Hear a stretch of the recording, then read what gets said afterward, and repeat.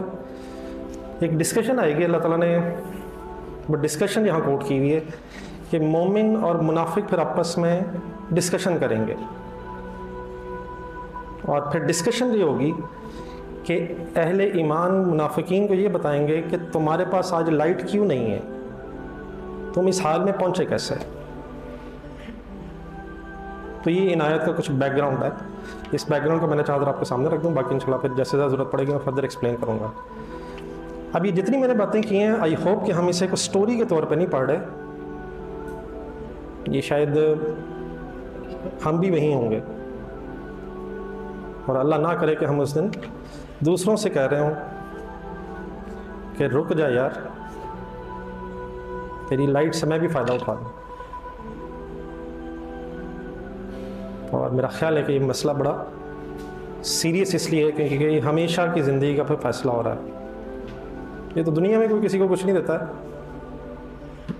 تو وہاں تو اگر کوئی دینا بھی چاہے تو نہیں دے سکتا ہے. اور دینا کیوں چاہے گا؟ آپ نے ایک ورڈ سنا ہوگا نفسا نفسی کا عالم ہوگا. اس کا مطلب کیا؟ نفسا نفسی ہر بندے کو اپنی پڑی ہوگی. تو وہ تو انسان اپنے قریبی رشتہ داروں کو نہیں دیکھ رہا ہوگا، تو بجائے اس کے کوئی دوست وغیرہ یہ تو بحث میں کہیں نہیں آئیں گے. تو آئیں اب اس ذرا بیک گراؤنڈ کو ذہن میں رکھ کے یہ کچھ آیات آپ کے سامنے آئیں گے. کچھ چھوٹی چھوٹی ٹرانسلیشن پہلے کر لیتے ہیں، پھر ساتھ ساتھ میں ایکسپلین کرتا ہوں. یہ سورہ حدید ہے، آیت نمبر 12 سے آنورڈ ہے شاید. شعیب صاحب ذرا دیکھیے گا، ادھر ہے شعیب صاحب، 12 نمبر ہی. سورہ حدید آیت نمبر 12 سے آنورڈ سے 3-4 آیات ہمارے سامنے آئیں گی. جی آیت نمبر 12 کا ترجمہ ہے: جس دن تم دیکھو گے مومن مردوں اور مومن عورتوں کو کہ دوڑ رہا ہوگا ان کا نور ان کے آگے اور ان کے دائیں طرف. آگے مینز یہ جو دل سے جو لائٹ نکل رہی ہے، اور دائیں طرف مینز یہ جو نیک اعمال والا کی جو لائٹ ہے. ان کے لیے پھر کوئی پکار لگانے والا کوئی آواز آئے گی وہاں. خوشخبری ہے، بشارت ہے تم کو، آج جنتوں کی بہہ رہی ہیں جن کے نیچے نہریں، ہمیشہ رہیں گے ان میں. یہی ہے کامیابی بڑی عظمت والی، یہی بڑی کامیابی ہے. اللہ تعالیٰ قرآن پڑھ لیں، اللہ تعالیٰ صرف جو شخص جہنم سے بچ کے جنت میں پہنچ جائے اللہ تعالیٰ کے نزدیک وہی کامیاب ہے.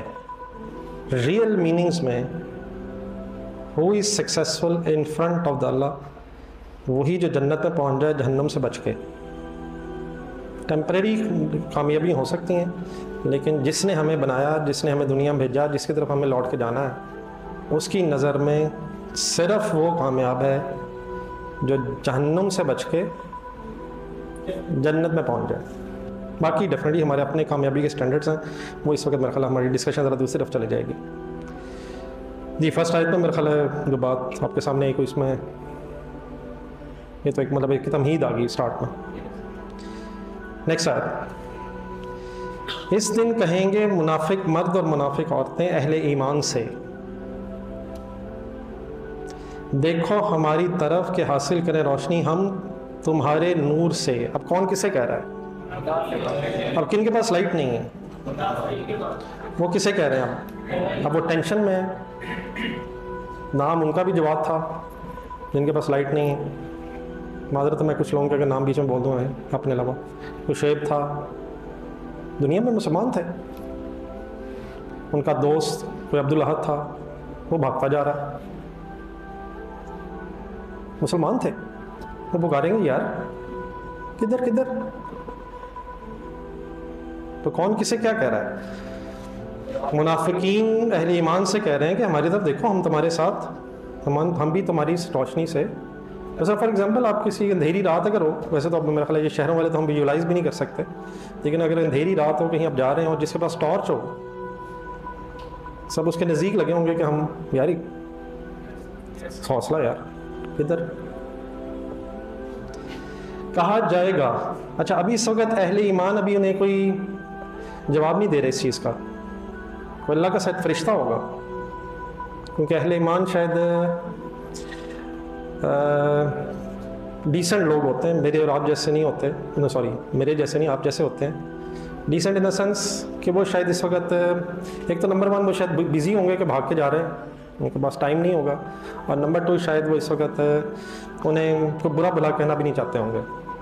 کہا جائے گا کہ مطلب شاید کو فرشتہ آواز دے گا, ایک مطلب وہ جیسے پیسیوائز نہیں ہم کہتے, وہ نہیں, کون نہیں کہہ رہا, اہل ایمان ابھی جواب نہیں دے رہے, وہ نہیں کہہ رہے, مطلب انہوں نے کہا رک جاؤ رک جاؤ, وہ نہیں, اب ان کے بہاف پہ کوئی فرشتہ جواب دے رہا ہے کہ لوٹ جاؤ پیچھے کی طرف, بس تلاش کرو نور. مطلب اس کا یہ ہے کہ یہ جو روشنی ہے یہ آج انہیں ملی نہیں ہے, یہ کما کے لے کے آئے ہیں. یہ کہاں سے روشنی آئی ہے ان کے پاس؟ انہوں نے دنیا میں ایمان اور اعمال والی زندگی گزاری ہے, وہاں سے یہ کما کے اپنے ساتھ لے کے آئے. یہ اس طرح کوئی نہیں ہوا کہ کچھ ظلم ہو گیا کسی کے ساتھ کہ اس کو روشنی مل گئی اس کو نہیں مل گئی. تو ایک سارٹ آف اب یہ کہہ لیں ایک حسرت ہوگی, اب نہ وہاں کہیں واپس جا سکتا ہے, نہ وہ لائٹ دوبارہ ڈھونڈی جا سکتی ہے. ایک سارٹ آف اب کہہ لیں ایک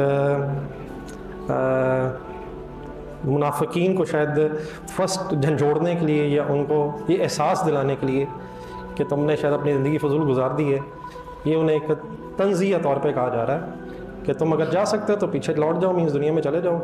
یہ یہاں نہیں ملی, یہاں سے کسی کو وداؤٹ اینی ایفرٹ نہیں ملی ہے, یہ جس کو ملی ہے اس نے اس کے لیے ایفرٹ کی تھی دنیا کی زندگی میں. یہاں تک ٹھیک ہے؟ پھر جب یہ سب کچھ ہو رہا ہوگا تو نیکسٹ پھر حائل کر دی جائے گی ان کے درمیان میں ایک دیوار. مینس شاید اسی سب ڈیوریشن میں اہل ایمان آگے نکل گئے اپنی اپنی لائٹ میں, اور جن کے پاس لائٹ نہیں تھی وہ پیچھے رہ گئے.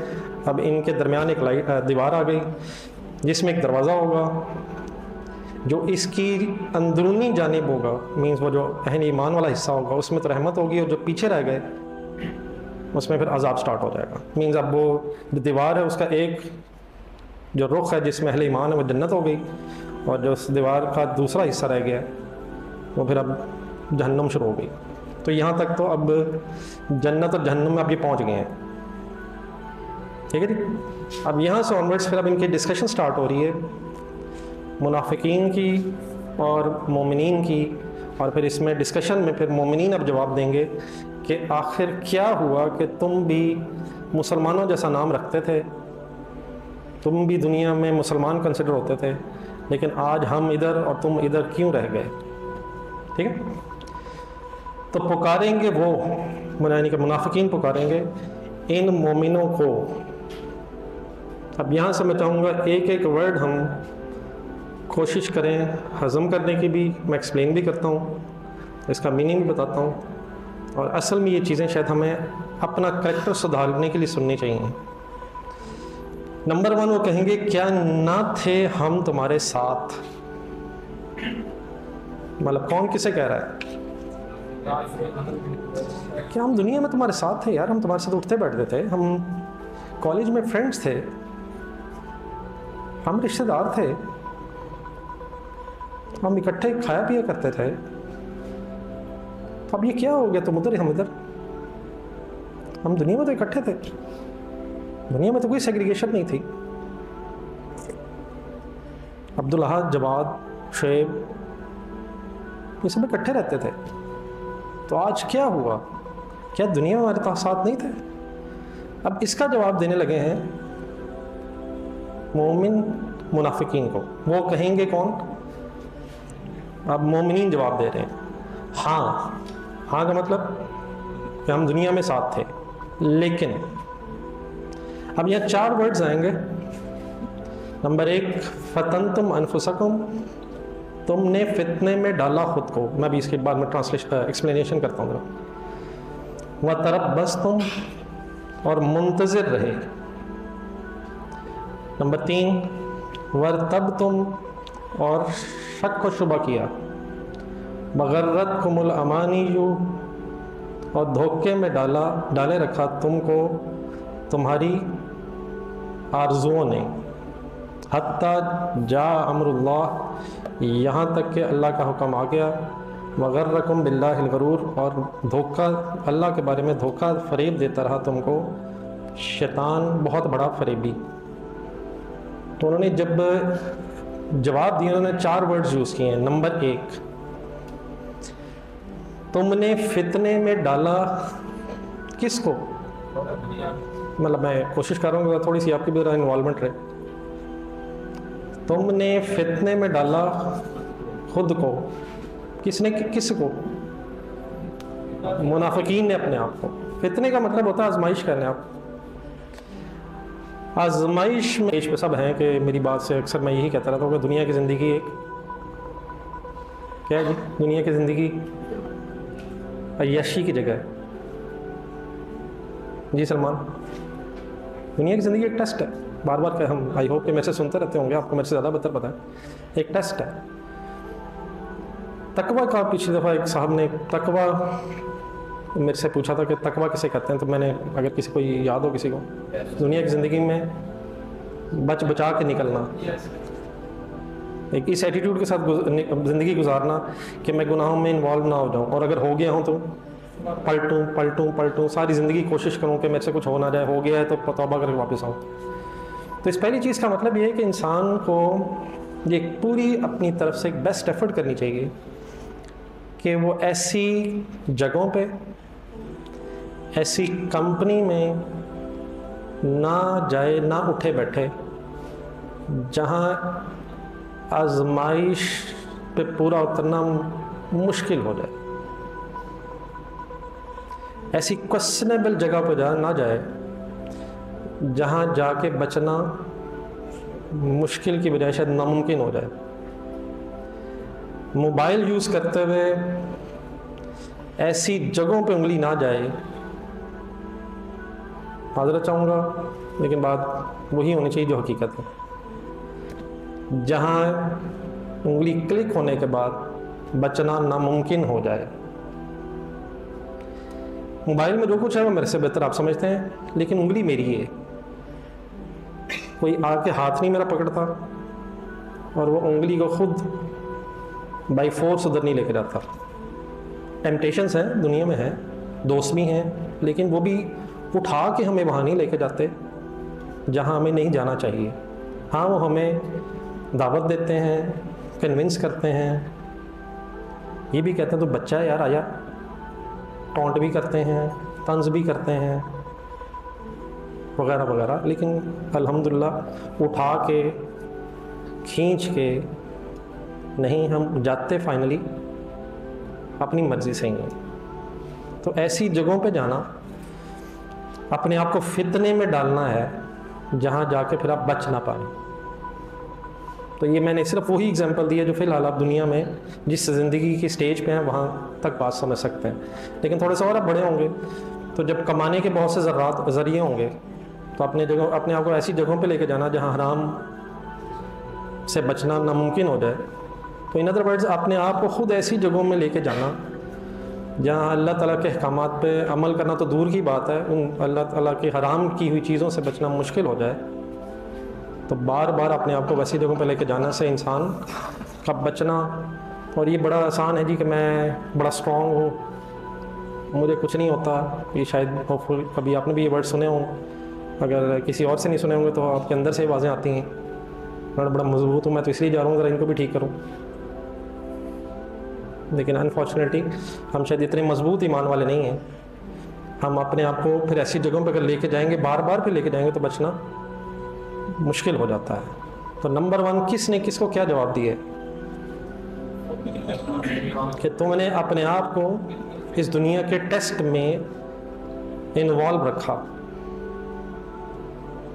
نمبر 2 میں اگر بات پوری کر لیتا ہوں، پھر اگر آپ کے کوئی فردر کوئی ذہن میں کوشچن ہوں گے شاید میری بات سے پہلے کلیئر ہو جائے. اگر کوئی آپ کا کوشچن رہے گا تو انشاءاللہ پھر ایک دفعہ اس کو لے لیں گے. نمبر 2 دوسرا ہے جی ور تب تم کا مطلب ہے، اور یہ ڈھونڈ کے بتائیں جی، آپ کو پتا ہے میں کہاں ہوں یار، اور منتظر ہے، انتظار کرتا ہے. پھر دوسرا پرابلم یہ ہوتا ہے کہ جب انسان ایسی چیزوں میں انوالو ہو جاتا ہے تو اسے پتہ تو ہوتا ہے یہ غلط ہے، اسے یہ بھی محسوس ہوتا ہے یہ چھوڑنا چاہیے، لیکن پھر وہ اس کو ڈیلے کرتا ہے. چھڑ دوں گا یار، بس ایک فلم اور، دوستوں کے ساتھ بس ایک دفعہ اور میرا فیوریٹ اور آپ کا بھی فیوریٹ منڈے سے یار. آپ کو پتا ہے یہ منڈے کبھی نہیں آتا. نمبر 1 غلط چیزوں میں پڑا، نمبر 2 پھر اگر ذہن میں آیا کہ غلط ہے آتا ہے، پتہ سب کو ہے، تو نیکسٹ ڈیلے کیا، انتظار کیا، اچھا کر دوں. ازمپشن یہ ہوتی ہے کہ میں جب چاہوں گا چھوڑ دوں گا، حالانکہ یہ ازمپشن بالکل غلط ہوتی ہے. ہم ایڈکٹ ہو چکے ہوتے ہیں. فار ایگزامپل کوئی خدا نخواست شروع ہو گیا وغیرہ، آج کل تو میرا خیال یہ معصوم بات کر رہا ہوں میں، اب تم آج صبح ہی کچھ بات ہو رہی تھی، پتہ نہیں گیم کدھر نکل گئی. تو شروع میں شاید وہ کھانسی بھی آتی ہے، وہ ساتھ والا بھی لگا ہو تو پھر بھی ہوتا ہے. آہستہ ایسا لگتا ہے جیسے آکسیجن ہے یہ. اچھا چھوڑ دوں گا. اچھا آج کیوں نہیں چھوڑا؟ نہیں، کیونکہ چھوڑ ہی نہیں سکتا، چھوڑا بھی نہیں جانا، ایڈکٹ ہو گئے، ایڈکشن ہو گئی. میں صرف ایک ایگزامپل کے طور پہ کہہ رہا ہوں. ایوری تھنگ، یہ جتنی بھی چیزوں کے انسان کو لسٹ ہے ان میں ایڈکشن ہے. یہ نہیں کہ آپ کسی دن بھی منڈے لے آئیں، منڈے لانا ہی پڑتا ہے، یہ مطلب ایک ہمت ریکوائرڈ ہوتی ہے. تو انسان وہ ہمت کرنے کی بجائے اچھا ابھی تو میں 20 سال کا 22 سال کا، ابھی تو بڑی زندگی پڑی ہے، پھر تم ڈیلے کرتے رہے. اب ڈیلے سے کیا ہوتا ہے، جتنا آپ ڈیلے کریں گے اتنا یہ چیزیں زندگی کا حصہ بن کے عادت بن جائے گی، اور بعد میں چھوڑنا آسان نہیں، مشکل ہو جائے گا. جتنا آپ خدا نخواستہ اگر کوئی بیڈ کمپنی ہے، جتنا آپ اس کے اندر انوالو ہوں گے تو یہ نہیں کہ وہ چھوڑنا ایزی ہو جائے گا، دوستیاں یاریاں اور مضبوط ہو جائیں گی. بڑی ایفرٹ کرنی پڑے گی، اور جتنا ڈیلے کریں گے اتنا ہی اس ایفرٹ کو زیادہ اسٹرانگ کرنا پڑے گا اگر آپ نے واپس آنا تھا. تو نمبر 1 پرابلم کیا ہائی لائٹ ہوا جی، کہ اپنے آپ کو فتنے میں ڈالا. نمبر 2 پھر کیا کیا، پھر انتظار کیا، منتظر ہے، کر لوں گا. اور میرا ایکسپیرینس یہ ہے، ابھی آپ شاید اس بات کو نہ سمجھ سکیں، پھر عمر گزر جاتی ہے، پھر سالوں گزر جاتے ہیں، پھر منڈے اگلا کے بجائے اگلا بھی ہو جاتا ہے، پھر اس سے اگلا بھی آنا، منڈے بڑے آتے ہیں، پھر منڈے. تو آپ کو پتا بس وہ والا منڈے نہیں آتا جس منڈے سے پڑھائی شروع کرنی ہوتی. سالوں گزر جاتے ہیں. اچھا جب یہ سب کچھ ہوتا ہے تو میں آگے چلنے سے پہلے پھر اس میں جو اور انسان کے ذہن میں چیزیں چلتی ہیں کچھ وہ بھی ذرا آئیڈیا دیتا ہوں آپ کو. پھر دیکھیں کوئی بھی شخص نا، یہ کسی کو بھی پسند نہیں ہے کہ اس سے یہ کہا جائے کہ تو غلط ہے. مثلا میں اگر اپنی زندگی کو بھی سوچوں تو مجھے تو یہ سب سے برا لگتا ہے کہ مجھے یہ کہے کہ تیرے میں یہ غلطی ہے، تیرے میں یہ غلطی ہے، تیرے میں یہ غلطی ہے. اور میرا خیال ہے ابھی انسان اپنے بارے میں یہ پسند نہیں کرتا کہ اسے یہ کہا جائے تو غلط ہے. ہاں وہ یہ ضرور کرتا ہے کہ اگر اسے پتا ہو کہ میں غلط ہوں تو وہ ایسے لوگوں سے ملنا چھوڑ دیتا ہے جو اسے یہ احساس دلا رہے ہوتے ہیں کہ تو غلط کر رہا ہے، اور بس ان سے ہی ملتا رہتا ہے جو اس کے خیال میں اس سے گیم میں آگے ہیں، جنہوں نے گیم اور آن کی ہوئی ہے، اور انہیں دیکھ کے تسلی دیتا ہے کہ یار میں تو کچھ بھی نہیں کر رہے یار. اور اپنے ہر اس واقعی دوست کو، حقیقی دوست کو چھوڑ دیتا ہے جو اسے یہ احساس دلا رہا ہوتا ہے کہ یار تو غلط ہے، کیونکہ وہ اسے اپنا دشمن نمبر 1 لگ رہا ہوتا ہے، کیونکہ وہ اس کی اس وقتی لذت کے راستے میں رکاوٹ بن رہا ہوتا ہے. یہ کچھ میں سمجھا پایا؟ تو یہ جو لذت ہے، اب اس لذت پہ وہ کمپرومائز نہیں کرنا چاہتا. تو یہاں پھر ایک شیطان اپنا رول پلے کرتا ہے. شیطان لگا تو ہوا ہے ہر وقت، وہ ساتھ ساتھ لگا بھی ہوا اس کا تھا، لیکن شیطان آ کے ایک یہاں رول پلے کرتا ہے. وہ کہتا ہے یار یہ کیا ہے یار، یہ مطلب میں ینگ نوجوان ہوں، میرا بھی دل کرتا ہے، یہ سب جو ہو رہا ہے یہ کیا اسلام، یہ نہیں کرنا وہ نہیں کرنا، یہ کیا اسلام میں ہر چیز رکاوٹ رکاوٹ رکاوٹ، یہ کیا ہے یار اسلام.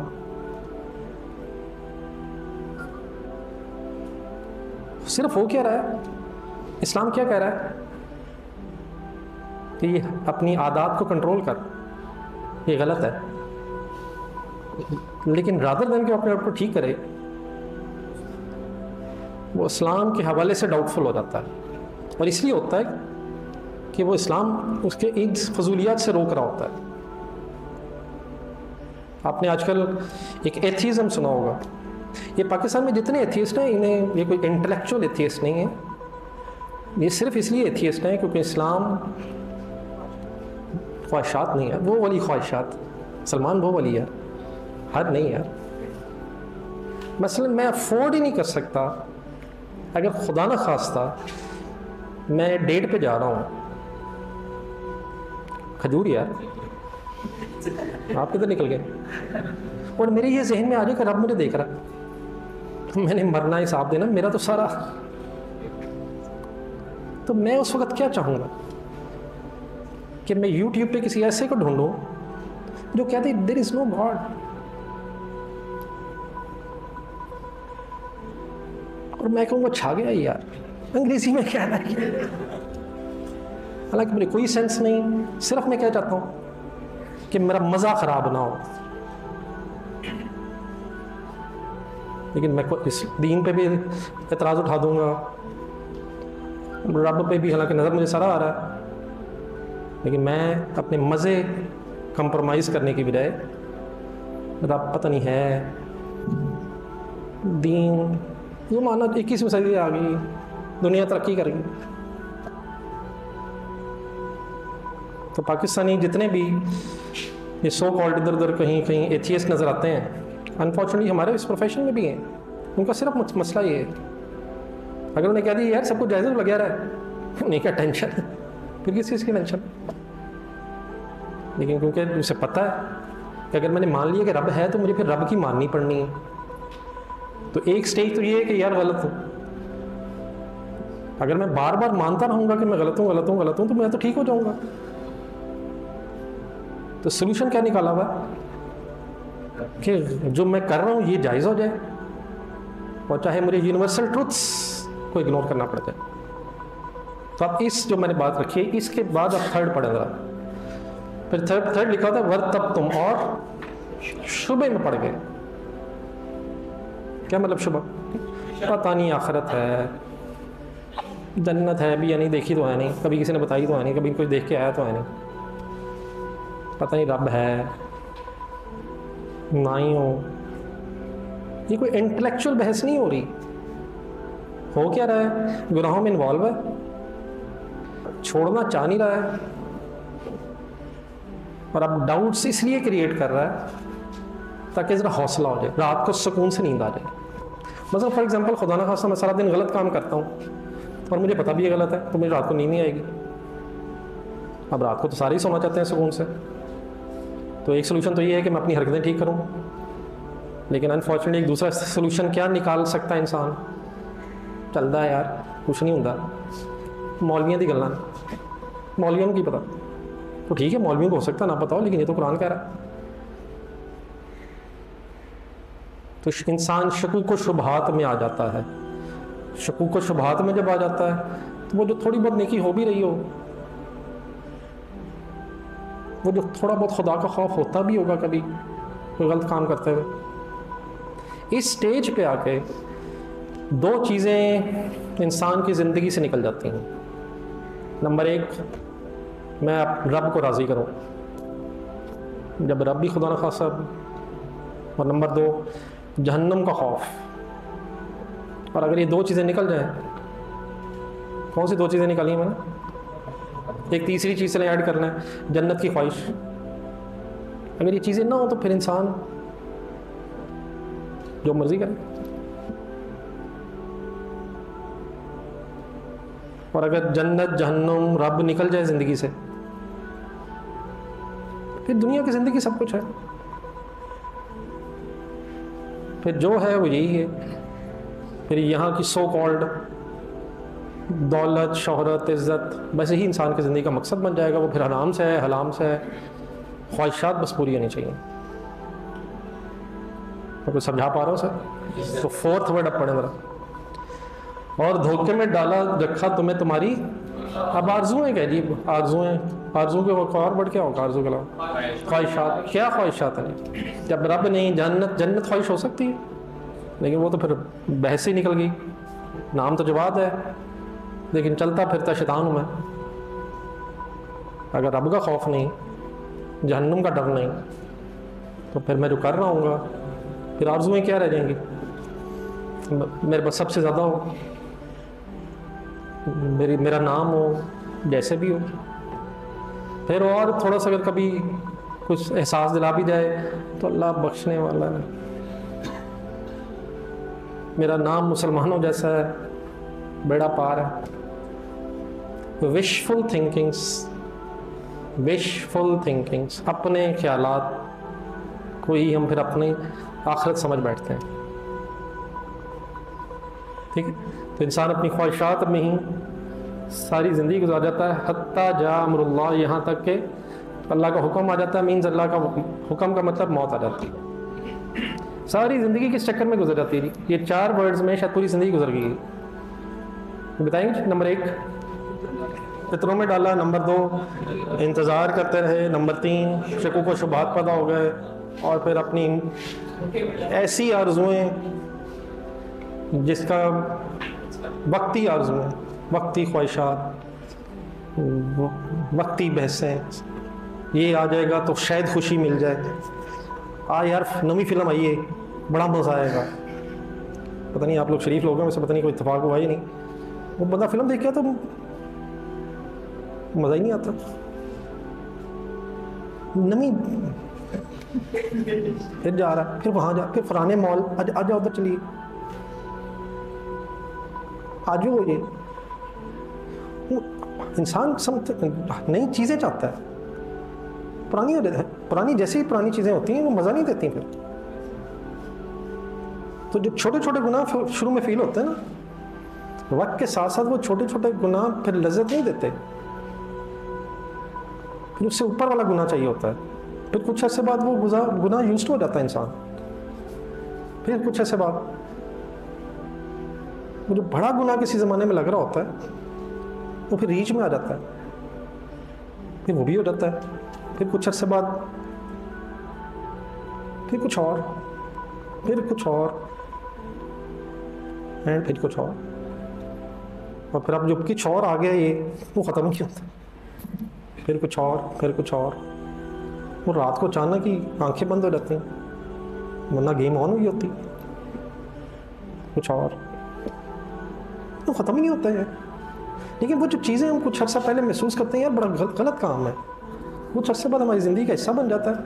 وہ جو کچھ عرصے پہلے لگ رہا ہو یار یہ تو بہت فضول کام ہے، وہ بھی خدا نہ خاصہ اگر اس سلائڈ ہے ایک جس میں کیا جب بچوں کی سلائڈ نہیں ہوتی، جیسے جیسے آپ آگے آئیں گے سپیڈ تیز ہوتی ہے، جتنا نیچے تو سپیڈ تیز سے تیز. انسان اگر خدا نہ خاصہ اس چکر میں پڑ جائے تو یہ برائیوں کی پھر لمٹ کوئی نہیں رہتی، اور پھر ایڈکشن ہو جاتی ہے، اور پھر اس ایڈکشن کو ختم کرنا آسان نہیں ہے. اور اگر خدا نہ خاصہ زندگی گزارتے ہوئے جنت جہنم رب یہ ذہن سے نکل جائے تو پھر ایمان نیک اعمال یہ ورڈ ہی ایسے محسوس ہوتا ہے جیسے کوئی ایلینز کی ٹرمز ہے. آج کل کے دور میں نیک اعمال کس دنیا کی باتیں ہو رہی ہیں؟ گناہ ثواب نیکی برائی یہ ایسا لگتا ہے ہمارے سے ریلیونٹ بحث ہی نہیں ہے. مومنین کا منافقین کو جو جواب تھا وہ تو ہو گیا ختم. اس کے بعد پھر اللہ تعالیٰ کی طرف سے کمنٹ یہ ہے کہ اب آج کے دن نہ معاوضہ لیا جائے گا منافقین سے اور نہ ہی کافروں سے. اٹ مینس دنیا کی زندگی میں تو منافق بھی مسلمان ہی کنسیڈر ہوگا، لیکن آخرت میں انجام کے حساب سے منافق اور کافر کا انجام سیم ہوگا. تم سب کا ٹھکانہ دوزخ ہے اور وہی تمہارا مولا ہے، رفیق ہے اور وہ بری جگہ ہے. آخری جو بات میرے اور آپ کے سمجھنے کے لیے وہ اپنی نیکسٹ آیت کا چھوٹا سا ٹکڑا ہے. اگر یہ بات سمجھ آ گئی ہے، دل نے گواہی دی ہے کہ مسئلہ ہے، جو اللہ کرے مجھے اور آپ کو اس بات کا سمجھ آ سکے، اس کی سمجھ آ سکے کہ مسئلہ تو واقعی ہے، تو پھر نیکسٹ اللہ تعالیٰ کے کوشچن ہم سے الم یعن للذین آمنوا ان تخشع قلوبہم لذکر اللہ، تو کیا نہیں آیا وقت ابھی ان لوگوں کے لیے کہ جو ایمان لائے ہیں کہ ان کے دل ڈر جائیں اللہ کے ذکر سے، اللہ کی یاد سے. مینز یہ سب کچھ سننے کے بعد بھی کیا ہمارے ذہن میں یہی کہ کر لیں گے، ہو جائے گا، دیکھ لیں گے، ابھی بڑی زندگی پڑی ہے، یا کیا وقت اب آ گیا ہے یا آ جانا چاہیے کہ ہم اپنا انالیسس کریں اور اگر کمی کوتاہی ہے تو اسے اللہ کے سامنے اکنالج کر کے ایک نئی زندگی کا آغاز کریں. آپ جس عمر میں ہیں اس عمر میں نمبر 1 تو شیطان کی چال یہ ہے کہ آپ دین کی کوئی بات سنیں ہی نہ. آپ یہاں تک جو پہنچے ہیں اس پہ اللہ تعالیٰ کا شکر ادا کرنا چاہیے اس دور میں کہ اللہ تعالیٰ نے آپ کو توفیق دی ہے کہ آپ اللہ کا میسج سننے کے لیے یہاں پہنچ گئے ہیں. یہ بھی کوئی ہمارا کمال نہیں ہے، لیکن پھر جو یہاں پہنچ جاتا ہے آپ کی عمر میں تو اس کو پھر شیطان نیکسٹ اس چکر میں ڈالتا ہے کہ یار چلو ٹھیک ہے بات تو ٹھیک ہے لیکن ابھی عمر نہیں ہے، بڑا وقت پڑا ہے، کر لیں گے. اور وقت کسی کو نہیں پتا کہ کتنا رہ گیا، یہ کب اینڈ ہو جانا ہے. ارادہ ابھی کرنا پڑتا ہے، ٹائم لگتا ہے، پھر نہ عادات خراب ہونے میں 1 منٹ لگتا ہے، اس میں بھی ٹائم لگتا ہے، اور واپسی میں بھی پھر وقت لگتا ہے. لیکن وہ واپسی کا سفر شروع کب کرنا ہے یہ سوال میرے اور آپ کے سامنے ہے. منڈے سے اللہ تعالیٰ نے تو سوال پوچھ لیا کہ کیا نہیں وقت آیا. یہ سب کو سن لیا، خدا نہ خاصہ کوئی سٹوری تو ہے نہیں کہ بڑی انٹرسٹنگ سٹوری ہے، یہ تو میری اور آپ کی سٹوری ہے، ہم سب کی سٹوری ہے. ہم سب نے یہ وقت دیکھنا، قرآن حق سچ ہے. تو کیا وقت نہیں آیا کہ لوگ کہ جو ایمان لائے ان کے دل نرم ہو جائیں اللہ کی یاد سے اور اللہ کے خوف سے، اور جو نازل ہوا ہے حق کی طرف سے یعنی کہ قرآن کی طرف سے، اور نہ ہو جائیں ان لوگوں کی طرح جنہیں پہلے کتابیں دی گئی تھیں اور پھر وقت گزر گیا دل سخت ہو گئے. دل سخت کا کیا مطلب ہوتا ہے؟ قرآن میں بار بار آتا ہے. دل سخت کا مطلب یہ ہوتا ہے کہ جتنی مرضی اچھی بات ہو جائے وہ جذب نہ ہو. مثلا فار ایگزامپل کو پتھر اگر اس کے اوپر پانی ڈالیں گے تو وہ پتھر کے اندر نہیں. تو دل نرم کا مطلب یہ ہے کہ کوئی بات اچھی لگے تو اندر جائے, لیکن دل سخت کا مطلب نہیں, اثر کا مطلب جیسے ٹکرائے تو واپس, حالانکہ ٹکرا کے اندر جانی چاہیے. جیسے سخت زمین ہو اگر اس پہ اگر آپ پانی لگا بھی دیں گے تو وہ ادھر ادھر بہہ جائے گا, لیکن اگر زمین کھود دی جائے, وہ مٹی ہو جائے, نرم ہو جائے, تو پانی اس کے اندر جذب ہو جاتا ہے. تو قرآن کی یہ آیت ہے یہ میرے اور آپ کے دل کو نرم کرنے کے لیے ہیں, تاکہ ان میں اچھی باتیں جذب ہو سکیں اور دل ہمارے بدل سکیں, اس میں ایمان پیدا ہو سکے. ایمان پیدا ہوگا تو عمل میں چینج آئے گا. میرے کہنے سے, آپ کے سننے سے, اللہ کرے کوئی ہمیں ہمت ہو رہی ہو, لیکن ایک ٹیکس ٹائم. بار بار جس طرح فضولیات اگر بار بار سنیں گے وہ بھی اثر کری جاتی ہیں. تو جب تک اچھی باتیں بار بار نہ سنائی دیں, قرآن کا میسیج بار بار سامنے نہ آئے, دنیا کی زندگی ٹیمپریری ہے, جاننا ہے, حساب ہے, ذرے ذرے کا حساب ہونا ہے, جنت ہے, جہنم ہے, ہمیشہ کی ہے, یہ باتیں جب بار بار ذکر میں نہ آئیں. تو آج کل کا دور ایسا ہے, اور ویسے بھی ہمارے ذہن بھی ایسے ہیں کہ ہم چیزیں بھول جاتے ہیں, تو بار بار یاد دہانی کی ریکوائرمنٹ ہوتی ہے. مثلا اگر آپ سے پوچھا جائے کہ پچھلے ہفتے کیا بات ہوئی ہیں, تو ایون میرے ذہن میں بھی نہیں ہوں گے, تو میں نے تو کی ہیں, تو ہم بھول جاتے ہیں.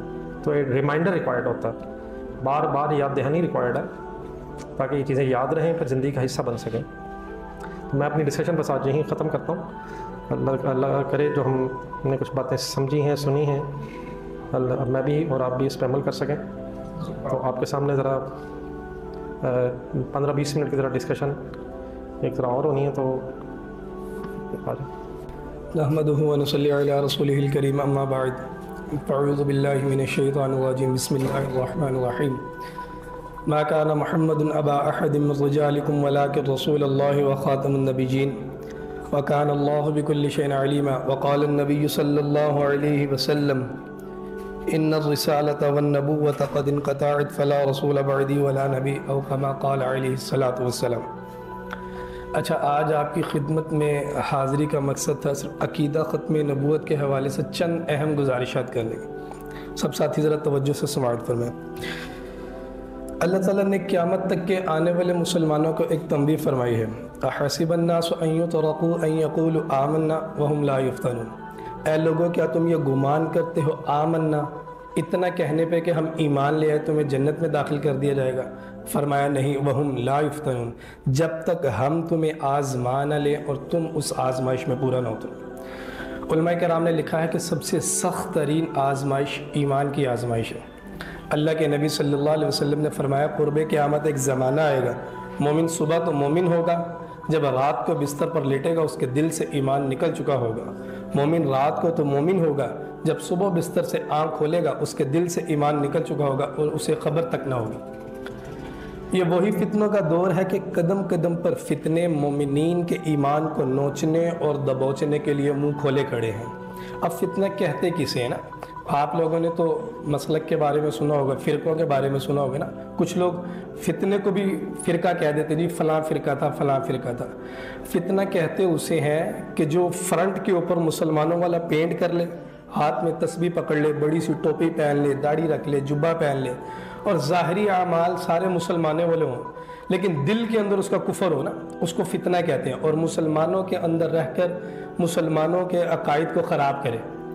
بظاہری طور پر تو عمل مسلمانوں والا کر رہا ہے, لیکن اس کے اپنے عقائد خراب ہوتے ہیں, اور اس کو وہ مسلمانوں کے اندر استعمال کر کے ان کے عقائد کے اندر شک پیدا کر کے ان کا ایمان خراب کرتا ہے نا. تو عقیدے کے اندر شک آنا کفر کی دلیل ہے. ہاں, اعمال کے اندر کمی پیشی ہو سکتی ہے, لیکن عقیدے کے اندر کمی پیشی نہیں ہو سکتی. ایک بندہ 5 وقت کا نمازی ہے, میں 3 وقت کا نمازی ہوں, رہیں گے دونوں مسلمان, مجھے 2 وقت کی لٹانی ہوگی. لیکن اگر ایک بندہ پورے دین کو مان رہا ہے, اللہ تعالیٰ کی وحدانیت کو مان رہا ہے, انبیاء کرام کو مان رہا ہے, قیامت کے عقیدے کو مان رہا ہے, لیکن اس کا عقیدہ یہ ہے کہ اللہ تعالیٰ نے قرآن کی 114 نہیں 113 صورتیں نازل کی ہیں, تو کیا ایسا بندہ مسلمان رہے گا؟ ہرگز نہیں رہے گا. کیوں؟ کیونکہ اس کا عقیدہ ٹھیک نہیں ہے. ایمان کے لیے تمام عقائد کو ماننا یہ جو ایمان کا حصہ ہے, لیکن کفر کے لیے یہ ضروری نہیں کہ تمام عقیدوں کا انکار کر دینا. عقیدوں میں سے، تمام عقیدوں میں سے کسی ایک عقیدے کا انکار کرنا بھی کفر ہے۔ تو ایمان، اسلام کے اندر عقیدے اور ایمان کی اہمیت ہے۔ اللہ تعالیٰ فرما رہے ہیں ان الذین آمنوا وعملوا الصالحات، جو لوگ ایمان لے کر آئیں گے، ایمان کا دوسرا نام ہے عقیدہ، کہ جس کا عقیدہ درست ہوگا، وعملوا الصالحات، اس کے ساتھ نیک عمل کرے گا، کانت لہم جنات الفردوس نزلا، اللہ فرما رہے ہیں اسے جنت الفردوس عطا کریں گے نا، اسے جنت الفردوس عطا کریں گے۔ اس قدر اسلام میں عقیدے کی اہمیت ہے۔ ایک دفعہ اللہ کے نبی صلی اللہ علیہ وسلم کے پاس نا عدی بن حاتم رضی اللہ تعالیٰ عنہ آئے اور کہنے لگے کہ یا رسول اللہ صلی اللہ علیہ وسلم، میرے باپ حاتم تائی نے اللہ کی راہ میں بڑا مال خرچ کیا، بڑی سخاوت کیا، کیا اس کے اس نیک عمل کا کوئی بدلہ ملے گا؟ حضور نے فرمایا نہیں ملے گا۔ پوچھا یا رسول اللہ کیوں نہیں ملے گا؟ کہا تیرے باپ نے جو سخاوت کی تھی، رب اللہ کی راہ میں مال خرچ کیا تھا، وہ کفر کی حالت میں کیا تھا، اگر ایمان کی حالت میں کیا ہوتا تو کل قیامت کے دن اللہ اس کا بدلہ دیتے۔ اللہ کے نبی نے تو آخری جنتی کا بھی ذکر کیا ہے، جس کو اللہ جہنم سے نکال کر جنت میں داخل کریں گے نا، اس کا نام ہے جوہینہ، جس نے اپنی زندگی کے اندر کوئی نیک عمل نہیں کیا ہوگا، بس اسی طرح گناہوں کے سبب زندگی گزار کر اس دنیا سے چلا جائے گا اور اپنے گناہوں کے سبب جہنم میں سزا پا رہا ہوگا۔ ایک دن اچانک اعلان ہوگا اس جوہینہ کو جہنم سے نکال کر جنت میں داخل کر دیا جائے، وہ کہے گا یا اللہ میں نے تو اپنی زندگی کے اندر کوئی نیک عمل کیا ہی نہیں، آپ مجھے جنت کیوں عطا کر رہے ہیں؟ اللہ کہیں گے تیرے گناہوں کے سبب تجھے سزا مل گئی، آج تیرے دل کے اندر ایک رائی کے دانے کے برابر ایمان پایا گیا، اس لیے تجھے جنت میں داخل کیا جا رہا ہے۔ روایات میں آتا ہے اس آخری جنتی کو اللہ جو جنت عطا کریں گے وہ اس کائنات سے 10 گنا بڑی جنت ہے۔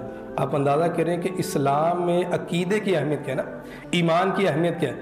اچھا، جو چیز تو نظر آتی ہے اس کو بچانا اور اس کو حفاظت کرنا تو آسان ہے، جو چیز نظر ہی نہیں آتی، ہم شروع سے بچپن سے سنتے ہیں، مساجد میں جاتے ہیں، علماء کرام کی صحبت میں جاتے ہیں اور دعا کرتے ہیں اللہ ایمان کی حالت میں موت دینا نا، ایمان بچا لینا۔ اور جو چیز نظر آ رہی ہے، میرا موبائل ہے، یہ مجھے نظر آ رہا ہے، مجھے پتہ ہے یار اس کی حفاظت کیسے کرنی ہے، یہ میرا وقت بچاتا ہے، میں نے اگر کسی کو کال کرنی ہے خود جانا نہیں پڑتا، کال کر لیتا ہوں، میں نے اس کی حفاظت کرنی ہے، اس کو اس جیب میں ڈالنا ہے جس میں سوراخ نہ ہو، کسی ایسی جگہ پہ نہ رکھ دوں جو کوئی چوری کر لینا، لیکن ایمان تو نظر ہی نہیں آتا، اس کو کیسے بچایا جا سکتا؟ تو میرے استاد محترم 2 واقعات سناتے ہیں، تو وہ بھی آج تک میرے دل کے اندر گہرے ہیں۔ وہ کہتے ہیں کہ ایک دفعہ میں اعتکاف میں بیٹھا تو وہاں پر ایک ڈاکٹر صاحب بھی موجود تھے نا، ایمان سمجھ میں آیا ان کو ایمان کیا ہوتا ہے۔ وہ کہتے ہیں وہاں پہ ڈاکٹر صاحب بھی موجود تھے، تو ڈاکٹر صاحب کو دیکھ کے لگا کہ شاید نیا عبادت کا شوق پیدا ہوا نا، بڑے خشوع و خضوع کے ساتھ اللہ کی عبادت کر رہے ہیں، رات کو اٹھ کے تہجد میں اللہ سے مانگ رہے ہیں، لمبے لمبے سجدے کر رہے ہیں نا۔ کہتے 2-4 دن گزرے تو میں نے کہا ڈاکٹر صاحب جس فیلڈ سے آپ تعلق رکھتے ہیں یہ طبقہ تو دین سے بہت دور ہوتا ہے، آپ اللہ کے اتنے قریب کیسے ہوئے نا؟ وہ کہنے لگے بس اللہ نے میرے دل میں بات ڈال دی تو میں اللہ کے قریب ہو گیا۔ انہوں نے کہا نہیں، آپ کی جو وجہ بنی ہے وہ وجہ بتائیں۔ پہلے تو وہ ٹال مٹول کرتے رہے، پھر کہنے لگے کہ ہاں ایک وجہ ضرور بنی ہے۔ وہ کہنے لگے بھائی مبشر میں کسی کو بتاتا تو نہیں ہوں، لیکن آپ پوچھ رہے ہیں تو میں آپ کو بتا دیتا ہوں۔ میں ایک لاہور کے مشہور ہسپتال کی ایمرجنسی میں ہوتا ہوں نا، تو اب تک 200-250 افراد نے میرے ہاتھ میں جان دی ہے، 200-250 افراد نے، تو ان میں سے چند لوگوں کی زبان پر کلمہ جاری تھا، اکثریت کی زبان پر گالی تھی۔ کہتے میں نے بڑا سوچا کہ یار مسلمان ملک ہے، مسلمان شہر ہے، اکثریت مسلمانوں کی ہے، لیکن جو وہ نبی علیہ الصلوۃ والسلام کی آخری سند ہے کہ جس کا آخری کلمہ لا الہ الا اللہ محمد الرسول اللہ ہوگا، اس کے اوپر جنت واجب ہوگی، وہ سند اس کو کیوں نہیں مل رہی؟ یہ بھی کلمہ پڑھتا ہوگا، روزے رکھتا ہوگا، صدقہ خیرات کرتا ہوگا، ہر چیز کرتا ہوگا، لیکن وہ سند اس کو کیوں نہیں جاری ہو رہی؟ کہتے میں نے بڑا سوچا تو میں اس نتیجے پہ پہنچا جو یہاں ہوتا نا، یہاں دل میں ساری زندگی جس چیز کو بنانے اور بچانے کی فکر کی ہوتی ہے، پھر مرتے وقت زبان سے وہی نکلتا، پھر زور لگانا نہیں پڑتا۔ اگر دنیا کی محبت کو ساری زندگی میں دل میں لے کر جائیں گے نا، دنیا کی چیزوں کو بنانے اور بچانے کی زندگی کی فکر کریں گے زندگی کے اندر، تو پھر مرتے وقت زبان سے وہی نکلے گا، پھر زور نہیں لگانا پڑے گا۔ اگر دین کی محبت، اللہ کے نبی صلی اللہ علیہ وسلم کی محبت، ان کی سنتوں کی، ان کی سیرت کی، ان کو اسوہ کی اپنانے کی محبت دل میں ہوگی نا، تو پھر مرتے وقت زبان سے وہی چیزیں نکلیں گی۔ کہنے لگے اچھا ایمان کی اتنی تعریف سمجھ نہیں ہوئی۔ دوسرا واقعہ جو زندگی میں ایسا گزرا، ہمارے ایک ساتھی ہیں قاری بلال صاحب نا، ان کے ایک بھائی ہیں بھائی حذیفہ، ہمارے ختم نبوت کے ساتھی ہیں، تو کروڑ پکا سے نا وہ واپس آ رہے تھے جنازے سے، تو پتوکی کے پاس پہنچے نا تو بھائی حذیفہ کے سر میں درد ہوئی۔ کہنے لگے بھائی مبشر میں نا سر میں درد ہو رہی ہے۔ انہوں نے کہا آپ تھک گئے ہوں گے، سفر کی تھکاوٹ ہے، آپ آرام کر لیں، گاڑی میں ڈرائیو کر لیتا ہوں۔ اب بھائی حذیفہ جو ہے نا قرآن کے بڑے پکے حافظ تھے، چلتے پھرتے قرآن پڑھتے تھے۔ ہمارے سمن آباد کے علاقے میں ان کی ایک موبائل کی دکان تھی، وہاں پہ نا جب بھی دکان پر جانا ہے انہوں نے قرآن پڑھتے ہونا، جب بھی دکان پہ جاؤ قرآن پڑھے، بڑا خوبصورت قرآن پڑھتے ہیں. والد صاحب ان کے 40 سال سے امام مسجد ہیں، تو اکثر جماعت بھی کرواتے تھے. اچھا کچھ دن بعد وہ اپنے گھر چلے گئے، اپنے گھر آ گئے. کچھ دن بعد پتہ کرنے گئے تو پتہ چلا کہ گھر آنے کے بعد طبیعت زیادہ خراب ہو گئی تھی بھائی حذیفہ کی. ان کو ہسپتال لے کر گئے تو پتہ چلا دماغ کا کینسر ہے. نئی نئی شادی ہوئی تھی، 2-3 ماہ کی ان کی بیٹی تھی. تو آج اس کو 10 سے 12 سال گزر گئے. بستر کے اوپر نا ایک مردہ لاش کتنا بڑا ہوا، دماغ معاف کرنے کی میڈیسن دی جاتی ہے نا. شوکت خانم سے انہوں نے علاج کروایا، کینسر کیئر سے علاج کروایا، انمول سے علاج کروایا، بڑے بڑے پاکستان کے ہسپتالوں سے علاج کروایا. بس اللہ کی طرف سے ایک آزمائش ہے. بلکہ شوکت خانم والوں نے تو لکھ کر دے دیا تھا کہ جب تک یہ مریض زندہ رہا ہمارے یہاں پر علاج کروائے. وجہ کیا تھی؟ وہ کہتے ہیں دنیا کی کوئی چیز نہیں سنتا، نہ کسی کو پہچانتا ہے، نہ کسی کا جواب دیتا، کوئی کچھ نہیں سنتا. لیکن جیسے ہی اذان ہوتی ہے اپنی بیڈ سے اٹھتا ہے، اذان ختم ہوتی ہے واپس لیٹ جاتا ہے.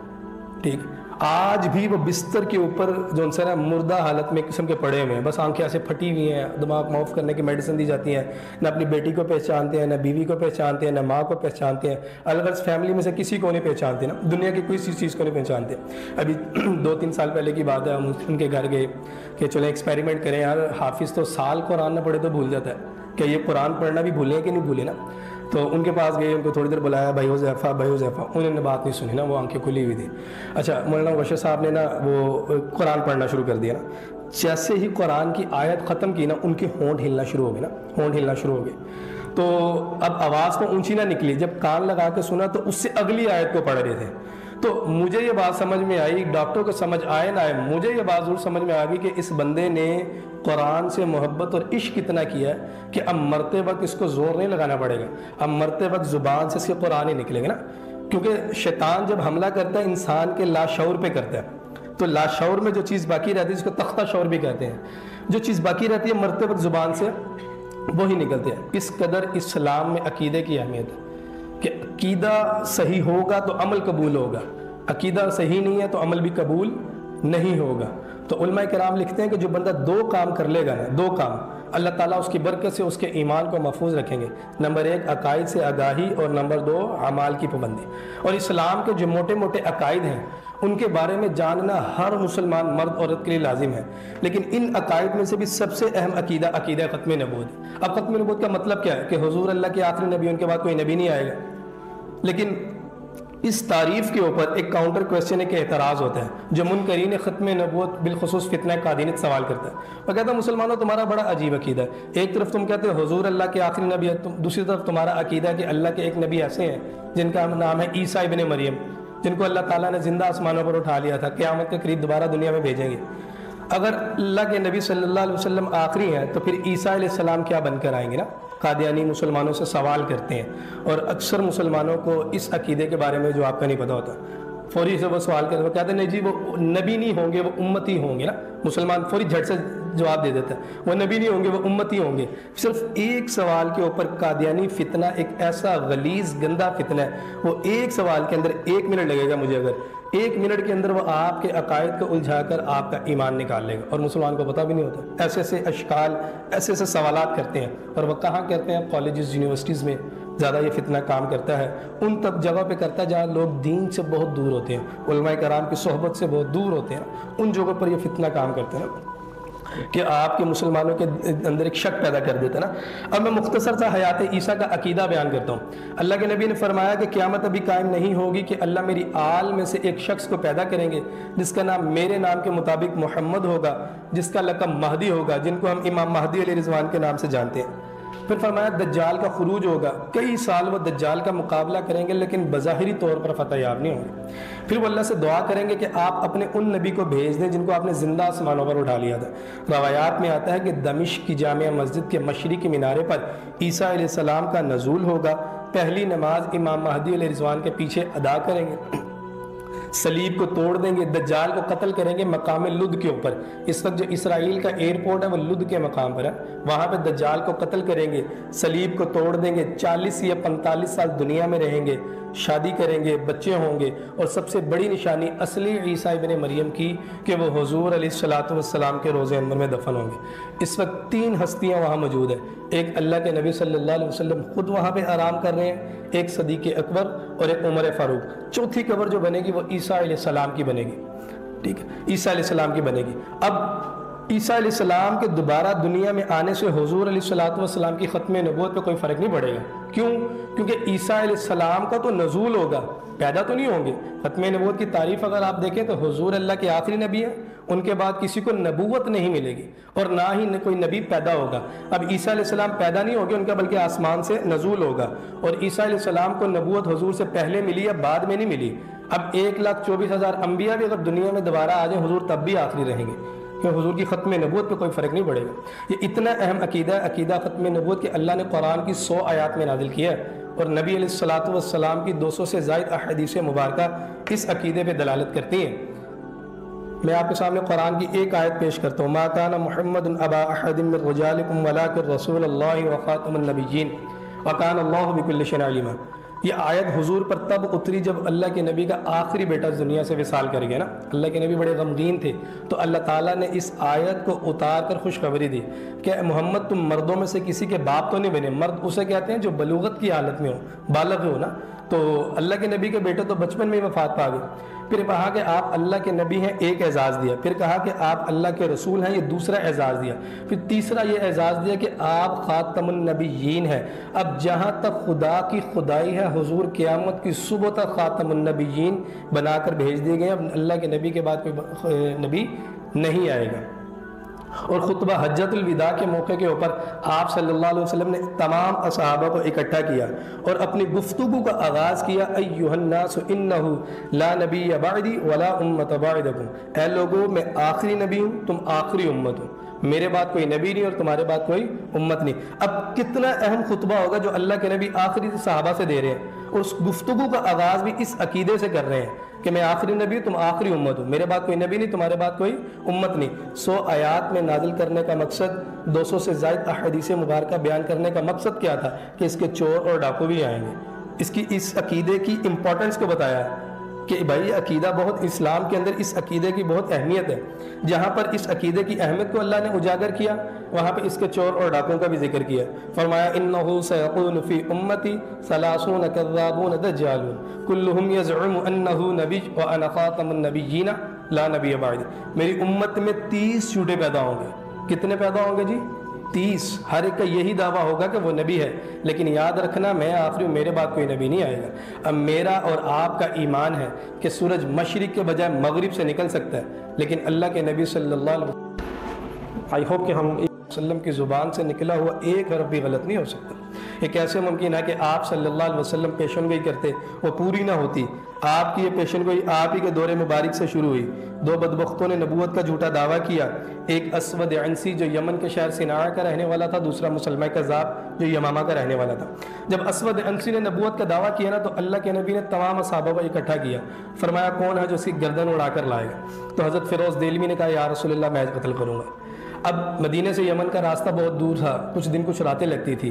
مختصر کے حضرت فیروز دہلوی گئے، اسے قتل کیا۔ اگر واپس آتے تو اللہ کے نبی اس دنیا سے تشریف لے جاتے۔ اللہ کے نبی کے دنیا سے تشریف لے جانے سے 3 دن پہلے کا یہ واقعہ تھا۔ اس خوشخبری کو سنانے کے لیے اللہ تعالیٰ نے جبریل علیہ السلام کو دنیا میں اتارا، کہا میرے محبوب کو سلام دینا اور پیغام دینا۔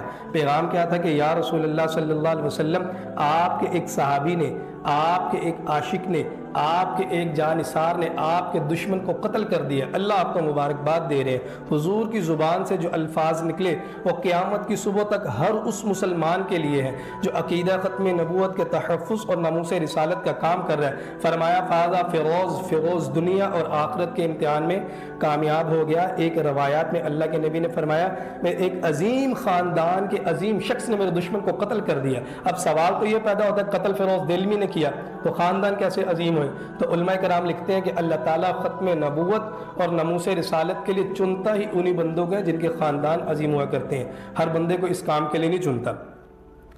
مسلمہ کذاب حضور کی بارگاہ میں آیا اور کہنے لگا کہ اے محمد، اللہ نے مجھے نبوت میں شراکت داری دے دی ہے، پارٹنرشپ دے دی ہے۔ آپ شہروں کے نبی، میں دیہاتوں کا نبی۔ آپ اپنی نبوت کو شہروں میں چلائیں، میں دیہاتوں میں چلاؤں گا۔ اللہ کے نبی کے ہاتھ میں نا اس ٹائم کھجور کی ایک ٹہنی تھی۔ آپ نے فرمایا کہ اگر تم نبوت کی اس ٹہنی سے بھی کچھ حصہ طلب کرو تو میں محمد تمہیں کچھ نہ عطا کروں۔ واپس چلا گیا۔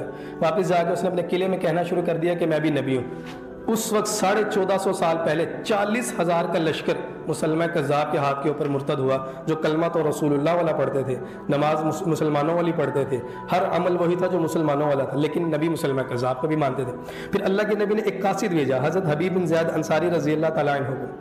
یہ پہلے شہید ختم نبوت ہے جنہوں نے ختم نبوت کے اوپر اپنی جان کا نذرانہ پیش کیا ہے۔ نام تھا مسلمہ کذاب کا، ٹائٹل لقب جو تھا وہ خود رسول اللہ نے لکھوایا۔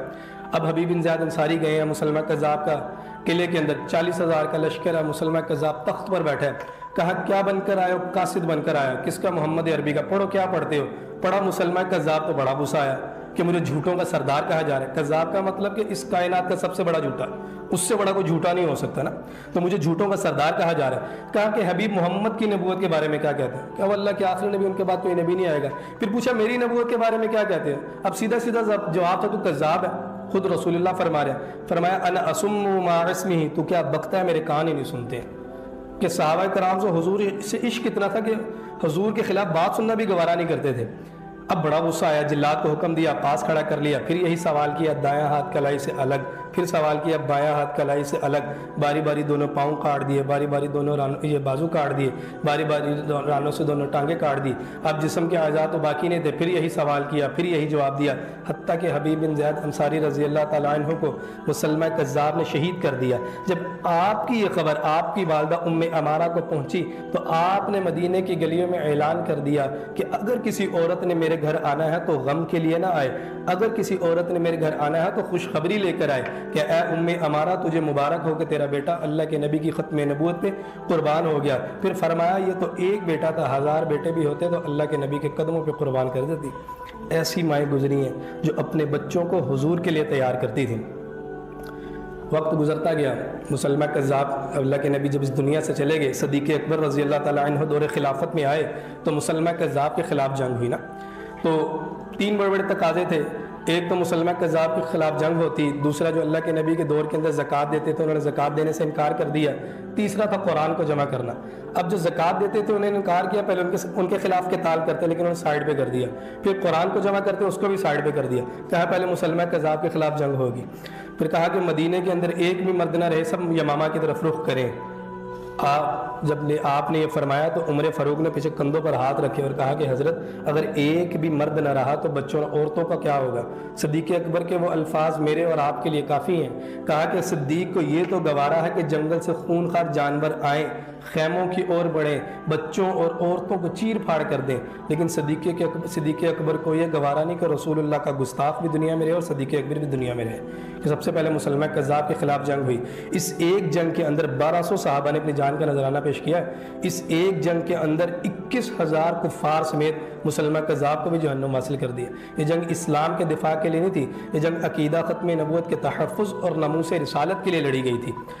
وقت گزرتا گیا، ہر دور کے اندر جھوٹے مدعیان نبوت آتے رہے۔ پھر 1901 کے اندر قادیان کا شیطان مرزا غلام احمد قادیانی آیا، اس نے 1901 کے اندر نبوت کا جھوٹا دعویٰ کیا اور 1904 کے اندر نعوذ باللہ ثم نعوذ باللہ حضور علیہ الصلوۃ والسلام سے افضلیت کا دعویٰ کیا، اور 1908 میں اللہ تعالیٰ نے اس کو اپنی ہی غلاظت میں گرا کر جہنم حاصل کر دی۔ لیکن اس کے ماننے والے مرزائی قادیانی جو خود کو احمدی کہتے ہیں آج بھی موجود ہے، جن کا اسلام سے کوئی تعلق نہیں ہے، اسلام سے کوئی تعلق نہیں ہے۔ 1400 سے زائد مفتیہ کرام کا فتویٰ ہے، تمام مکاتب فکر کا۔ قادیانی کی ذات کا بھی بائیکاٹ کریں، ان کی مصنوعات کا بھی بائیکاٹ کیوں ہے؟ ذات کا بائیکاٹ کیوں ضروری ہے؟ اگر میرے یا آپ کے باپ کو کوئی گالی دیتا ہے تو میری غیرت کا تقاضا یہ ہوتا ہے میں اسے سلام بھی نہیں کرتا، میں اسے کلام بھی نہیں کرتا۔ میرا سگا رشتہ دار میرا چچا ہی کیوں نہ ہو، میں کہنا تو گال کڈی تو کڈی کیوں، یا تو نہیں رویں گا یا میں نہیں رواں گا۔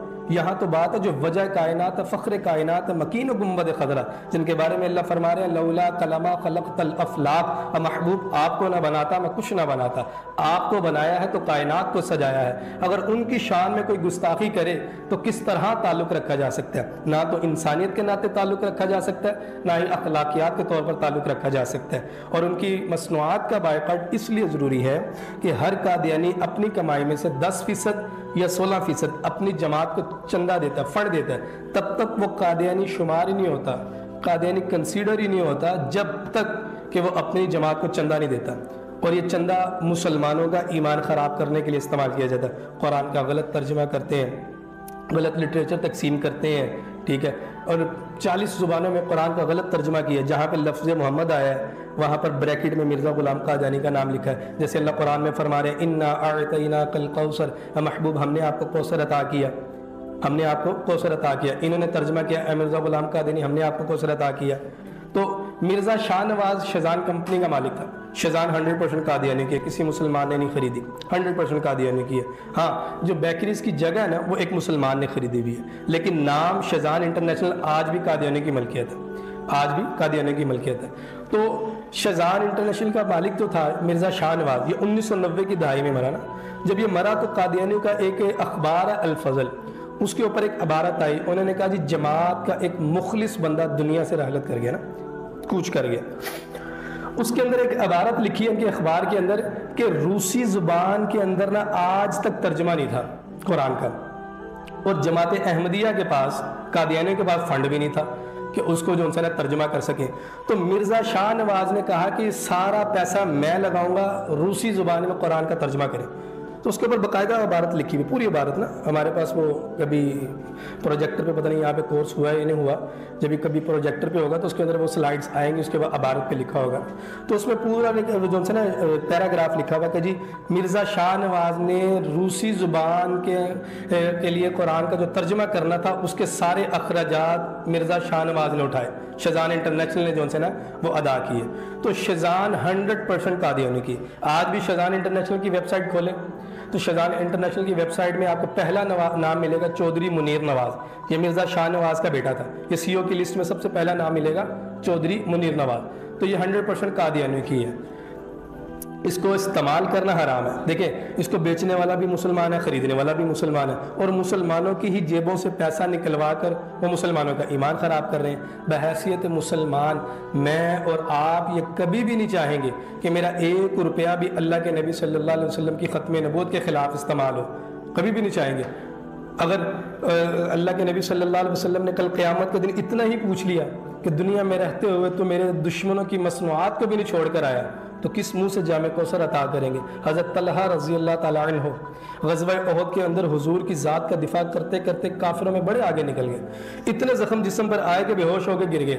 کافروں نے یہ سمجھ کے چھوڑ دیا کہ شاید شہید ہو گئے ہیں. لیکن جب اللہ کے نبی جنگ سے واپس آئے تو کہا طلحہ کو تلاش کرو. اب صحابہ کرام طلحہ کو تلاش کرنے نکلے ہیں اور آوازیں دے رہے ہیں طلحہ کدھر ہو، تمہیں حضور بلا رہے ہیں. نہ شہیدوں میں ہے نہ زخمیوں میں، علیحدہ ہی ایک جگہ پہ پڑے ہوئے ہیں. اب جب کانوں میں آواز آئی تو پوری قوت اور زور لگایا، کہا ادھر آؤ میں یہاں موجود ہوں. ایک صحابی بھاگ کر گئے، پانی کا پیالہ پیش کیا کہ شاید پانی مانگ رہے ہیں. کہا پانی نہیں چاہیے، پانی نہیں چاہیے. 2 باتیں کہیں، 2 باتیں. ایک بات اللہ کے نبی کے لیے تھی، دوسری بات میرے اور آپ کے لیے تھی. کہا کہ اللہ کے نبی کی بارگاہ میں جانا اور کہنا کہ یا رسول اللہ صلی اللہ علیہ وسلم، طلحہ نے آپ کی عزت کی خاطر اور دین اسلام کی خاطر اپنے جسم پر 19 نیزے کے زخم کھائے ہیں، دنیا چھوڑ کر جا رہا ہے. کل قیامت کے دن طلحہ کی سفارش کر دینا. اور دوسری بات میرے اور آپ کے لیے کہی، کہا کہ مدینے کی گلیوں میں اعلان کر دینا کہ جب تک ایک آنکھ بھی زندہ ہے، ایک آنکھ بھی، ایک مسلمان بھی باقی ہے، اگر اللہ کے نبی کی ذات کے اوپر آنچ آئی تو کل قیامت کے دن طلحہ کا ہاتھ ہوگا اور اس کا گریبان ہوگا. اب کل قیامت کے دن اللہ کے نبی کے سامنے پہنچے اور کہیں کہ یا رسول اللہ صلی اللہ علیہ وسلم، جیسے بھی تھے آپ ہی کے تھے، جامع کوثر عطا کر دے. اگر حضور دینے والے ہوں وہاں سے طلحہ آ جائیں اور کہیں کہ یا رسول اللہ میں نے تو آپ کی عزت کی خاطر اپنے جسم پر 19 نیزے کے زخم کھائے تھے، دنیا چھوڑ کر آ گئے. اس بندے سے پوچھے اس نے آپ کے لیے کیا کیا نا. تو کوئی ایک عمل تو ایسا ہو، کوئی ایک عمل ایسا جو اللہ کے نبی کی ذات کے لیے کیا ہو. قرآن اس ختم نبوت کا دفاع کرے گا، کیونکہ اللہ تعالیٰ قرآن میں فرما رہے النبی اولیٰ بالمؤمنین من انفسہم، مومنین کی جانوں پر اگر کسی کا حق ہے تو میرے نبی کا حق ہے. اللہ نے یہ نہیں کہا تیرے باپ کا حق ہے، تیری ماں کا حق ہے، تیری اولاد کا حق ہے، تیری بیوی بچوں کا حق ہے. اگر کسی کے حق کو جتلایا ہے تو اپنے نبی کے حق کو جتلایا ہے. پھر اللہ فرما رہا ہے کہ بندے کبھی ایسا موقع آ جائے کہ تیری جان اور میرا حق آمنے سامنے ہو تو اپنی جان کو بچا لی، میرے حق کو قربان کر دی، میں تجھے اپنا حق معاف کر دوں گا. مثال کے طور پر بندہ جنگل میں جا رہا تھا تو افاقہ آ گیا، کھانے کے لیے کچھ بھی نہیں ہے، سامنے مردار جانور پڑا ہوا ہے. اب جان کا تقاضا یہ اسے کھا لیا جائے، لیکن اللہ کہہ رہا ہے مردار کو کھانا حرام ہے. وہاں پہ اللہ اپنا جو ہے نا اصول بدل رہے ہیں. اللہ کہتے ہیں بندے اتنا کھا لے کہ تیری جان بچ جائے، میرے لیے تیری جان زیادہ ضروری ہے، میں اپنے حق کو قربان کر دوں گا. دوسری طرف اللہ نے ایک قانون بیان کر دیا، کہا کہ کبھی ایسا موقع آ جائے تیری جان اور میرے نبی کا حق آمنے سامنے ہو تو پھر جان کو بچانا سعادت نہیں، جان کو لگانا سعادت ہے. اب یہ بندہ نہیں کہے کہ میں جان بچا لوں، اللہ نے کہا جی تیری جان زیادہ ضروری ہے، نہیں نہیں نہیں، پھر وہاں پہ اللہ نے اس قانون کو تبدیل کر دیا، اللہ نے کہا وہاں پہ تجھے جان لگانی ہے، اگر تو جان لگائے گا تو کامیاب ہوگا، کیونکہ اللہ نے اپنی ذات کا تعارف کروانے کے لیے بھی اپنے نبی کو آگے کیا، وَالَّذِي أَرْسَلَ رَسُولَهُ بِالْهُدَى وَدِينِ الْحَقِّ، اللہ کون ہے؟ اللہ وہ ہے کہ جس نے آپ صلی اللہ علیہ وسلم کو حق بیان کرنے کے لیے بھیجا۔ پھر اللہ فرما رہا ہے کہ قُلْ إِن كُنْتُمْ تُحِبُّونَ اللَّهَ، بندہ تو یہ چاہتا تھا کہ اللہ تعالیٰ کے مقبول ہو جائے نا، اللہ کے پالے، اللہ کے قریب ہو جائے، لیکن اللہ کیا بیان کر رہے ہیں؟ قُلْ إِن كُنْتُمْ تُحِبُّونَ اللَّهَ فَاتَّبِعُونِي، اگر تو میرے محبوب کی اتباع کرے گا، میرے محبوب کی ذات کا دفاع کرے گا، میرے محبوب کی سنت کو اپنائے گا، سیرت کو اپنائے گا، اسوہ کو اپنائے گا، تو اللہ کیا کہہ رہے ہیں؟ اللہ کہہ رہے ہیں یحببکم اللہ، میں خود تجھ سے پیار کرنے والا بن جاؤں گا۔ اللہ تعالیٰ نے پہلے اپنے محبوب علیہ السلام کو سامنے رکھا ہے، تو قادیانی جو ان سے نا وہ اللہ کے نبی صلی اللہ علیہ وسلم کے سب سے بڑے گستاخ، سب سے بڑے دشمن ہیں۔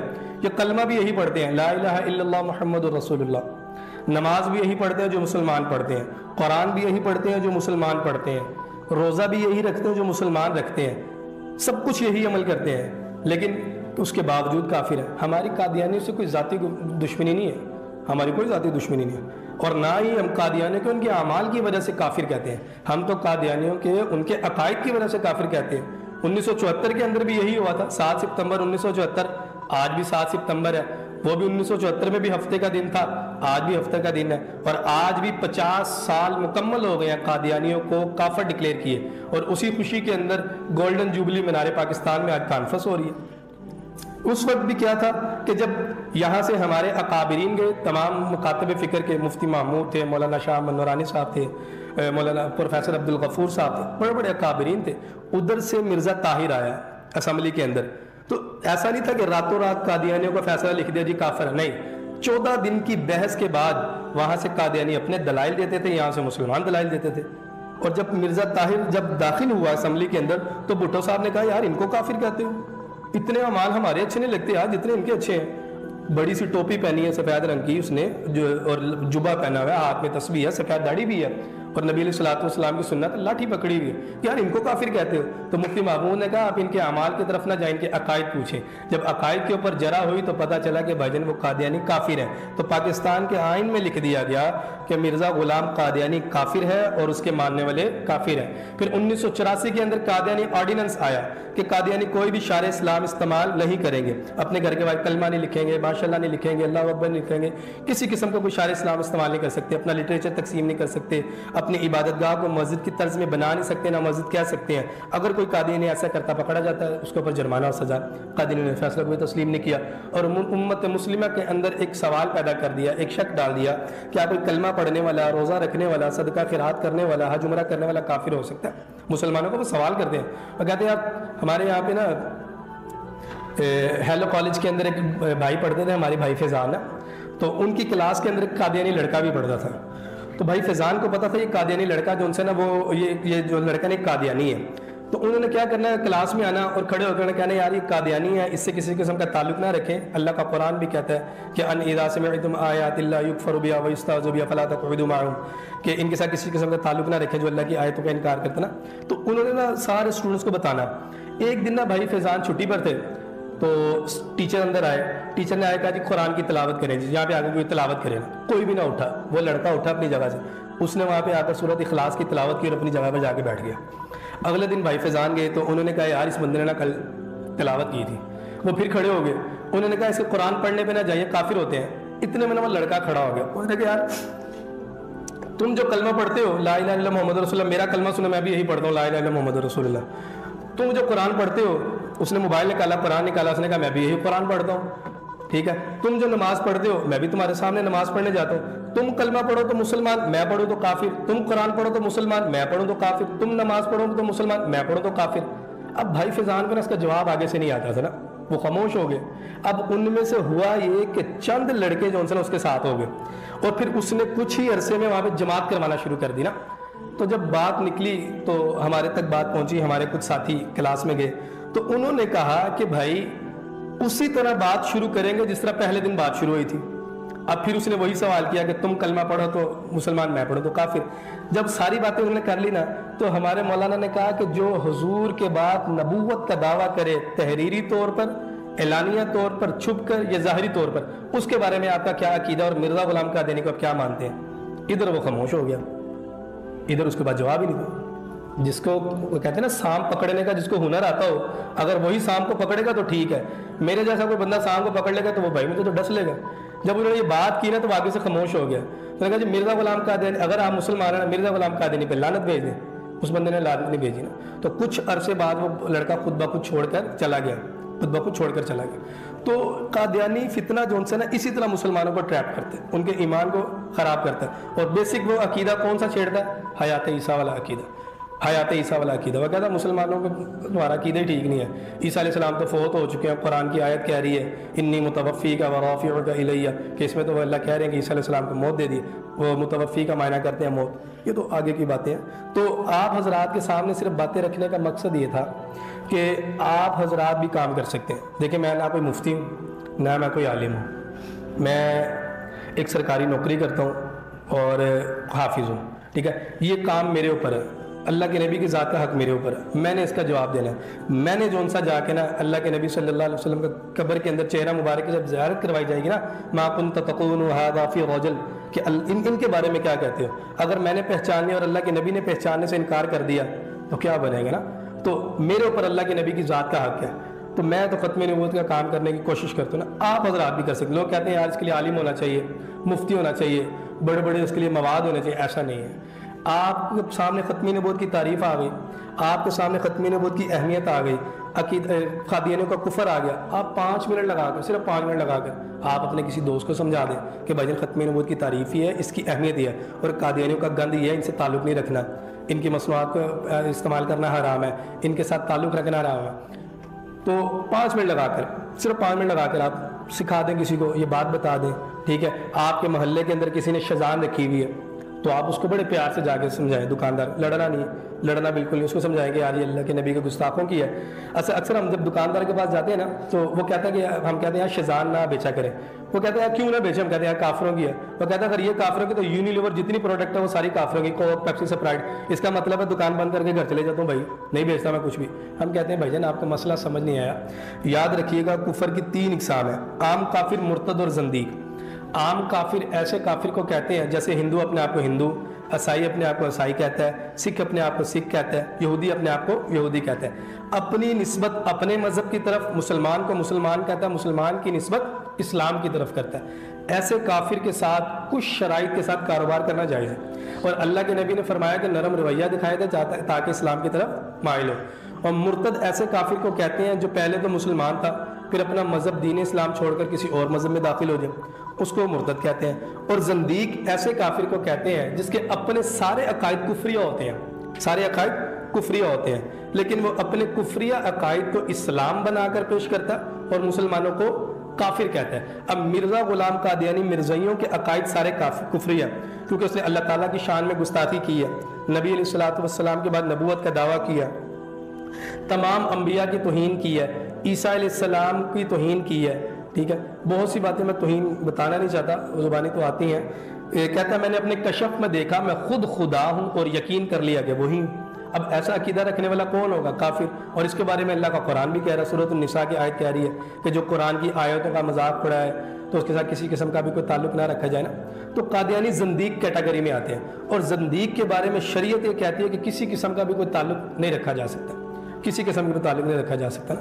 تو آپ حضرات بھی اپنے بہن بھائیوں کو، اپنے دوست احباب کو اس عقیدے کی اہمیت کو بتا کر ان کا گن بتا سکتے ہیں۔ تو ہر بندہ یہ کام کر سکتا ہے۔ اللہ تعالیٰ سے دعا ہے کہ جو کچھ سنا اس پر عمل کی توفیق عطا فرمائے۔ وآخر دعوانا ان الحمد للہ رب العالمین۔